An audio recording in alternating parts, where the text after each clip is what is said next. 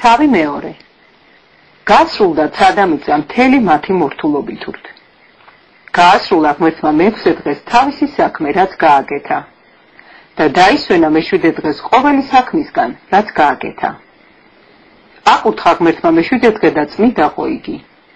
რადგან ამ დღეს დაისვენა ღმერთმა ყოველი საქმისგან, რასაც ქმნიდა ღმერთი და აკეთებდა. ასეთ იყო ცისა და მიწის დაბადება მათი შექმნისას, როცა ქმნიდა უფალი ღმერთი მიწას და ცას. ჯერ კიდევ მინდვრის ბუჩქიც არ იყო დედამიწაზე. ერთი ღერი ბალახიც არ იყო აღმოცენებული, რადგან არ უწვიმებია უფალ ღმერთს დედამიწაზე და კაცი, ადამი არ იყო, რომ მიწა დაემუშავებინა. ორთქლი ადიოდა მიწიდან და წყალდა მიწისპირს.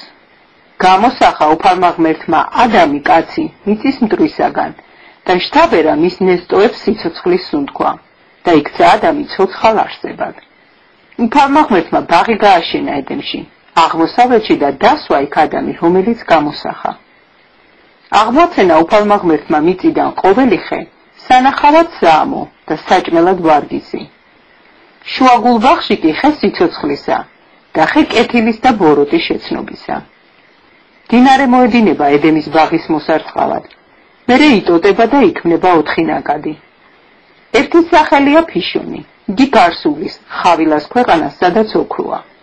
კარგია იმ ქვეყნის ოქრო, იქ არის ანთრაკის და ზურმუხტის ქვაც. მეორე მდინარის სახელია გიხონი, იგი გარსულის მთელს ქუშის ქვეყანას.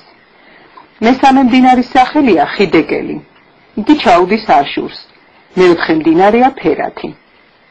აიყვანა ადამი უფალმა ღმერთმა და დაასახლა ედემის ბაღში მის დასამუშავებლად და დასაცავად.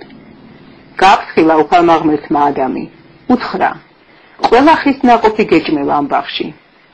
მხოლოდ კეთილის და ბოროტის შეცნობის ხის ნაყოფი არ ჭამო, რადგან როგორც კი შეჭამ, მოკვდებიო. თქვა უფალმა ღმერთმა: არ ვარ ადამიანის მარტოთყოფნა, გავუჩინ შიმწეს, მის შესაფერს.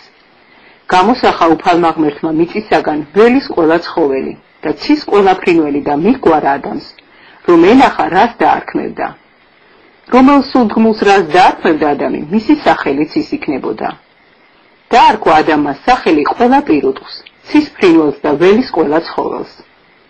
მაგრამ ადამიანს არ გამოუჩნდა შემწე მისი შესაფერი. უფალმა ღმერთმა ძილქუში მოყვარა ადამიანს და დაეძინა გამოუღო ერთი ნეკნი და მის ადგილას ხორცი ჩაუდო. ნეკნისაგან ადამიანს რომ გამოუღო, დედაკაცი შექმნა უფალმა ღმერთმა და ადამიანს მიუყვანა.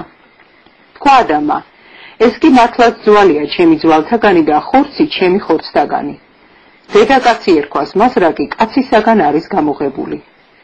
ამიტომაც მიატოვებს კაცი დედმამას და მიეწებება თავის დედაკაცს, რათა ერთ ხორცად იქცნენ. შიშველნი იყვნენ ორივენი, ადამი და მისი დედაკაცი და არ ცხვენოდათ.